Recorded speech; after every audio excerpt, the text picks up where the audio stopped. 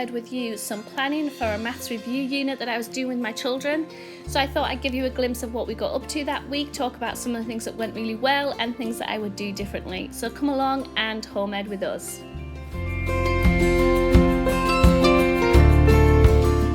Before each session, they did their own little mental maths warm-up. They did the same activity each day using the whiteboards.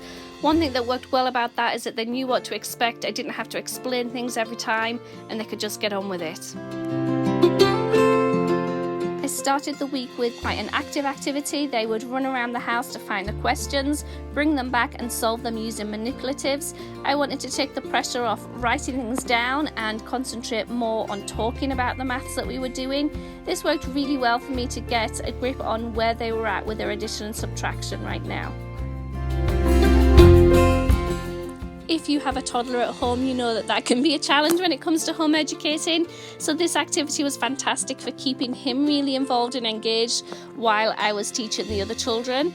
I should have done that more, and that's definitely something that I'm going to include more in our maths planning in the future. So I had a chance to go over some of the different problems with my children and discovered that actually my son needed a bit more time to concentrate on word problems and go over the concepts. I've also learnt that being a little bit more playful with the equipment that we use is helpful. So we've got the Tough Train chalk markers here. There's no pressure to get everything right in your exercise book or on a worksheet.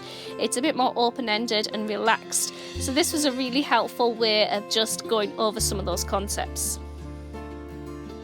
One thing that happened quite naturally was doing our maths in different places each day. That's something I want to keep being intentional about because it really helped us all be engaged in what we were doing that day. One thing we like to do is just use items from around the house for our maths learning. We found these poppers really helpful to tally up the data. Next time though, I would definitely split this into 2 sessions. It dragged on a little bit when they were collecting the data and representing it in one session, so I'd split that up into 2 or 3 sessions next time.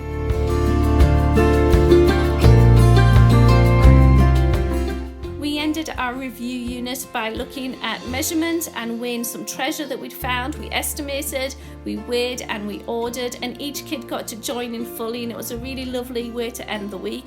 I also gave them quite a simple independent activity to do, and that was a great thing to boost their confidence as we ended our maths for the week.